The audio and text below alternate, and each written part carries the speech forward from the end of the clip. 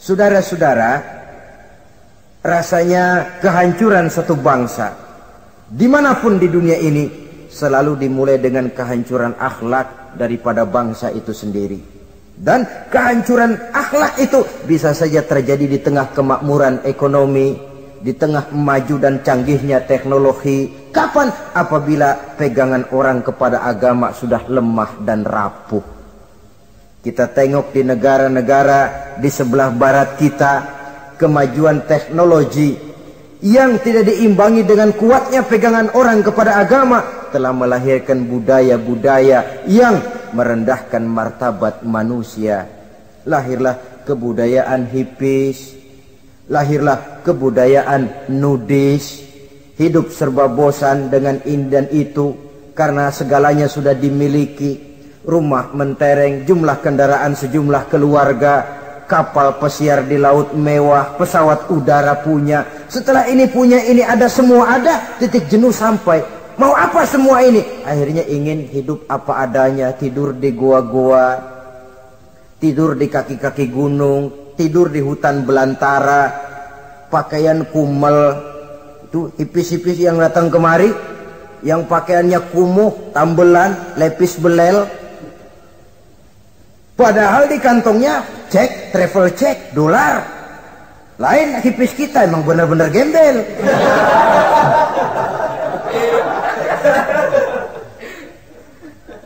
Merasa jenuh, merasa bosan.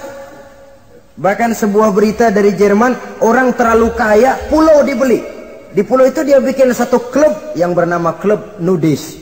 Setiap anggotanya boleh masuk ke pulau itu dengan catatan tidak boleh pakai pakaian selembar pun, alias bugil, telanjang bulat. Oh, sudah telanjang bulat itu.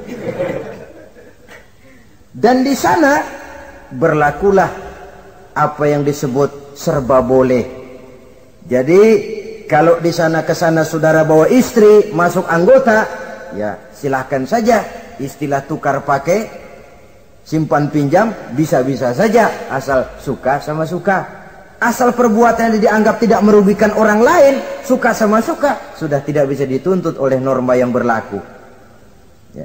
Itulah sebabnya kita sering prihatin bahwa kemajuan sering membawa pergeseran nilai. Apabila kita tidak bisa menghindarkan diri dari proses pergeseran nilai, setidaknya kan kita bisa menjaga diri jangan sampai hanyut oleh nilai-nilai yang negatif. Akhlak, baik sebagai muslim, baik sebagai bangsa Indonesia yang berkepribadian luhur, itu merupakan cerminan kita. Saya prihatin, belum lama diselenggarakan kontes bibir terindah. Kontes bibir terindah itu kira-kira apa manfaatnya? Apa yang jadi ukuran? Dan bukankah bibir karunia Tuhan? Ya kalau yang bibirnya mungil bisa ikut kontes lah, kalau yang jebleh gitu.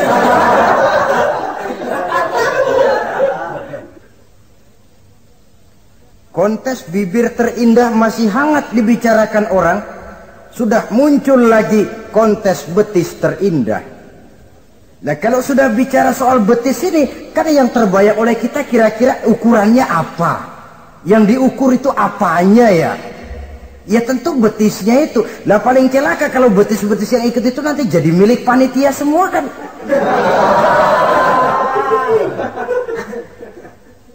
Yang tidak usah kita mengukur dengan kacamata agama, dengan budaya kita sebagai bangsa Indonesia yang berfalsafahkan Pancasila, rasanya mendengarnya saja kok sudah ndak srag gitu loh.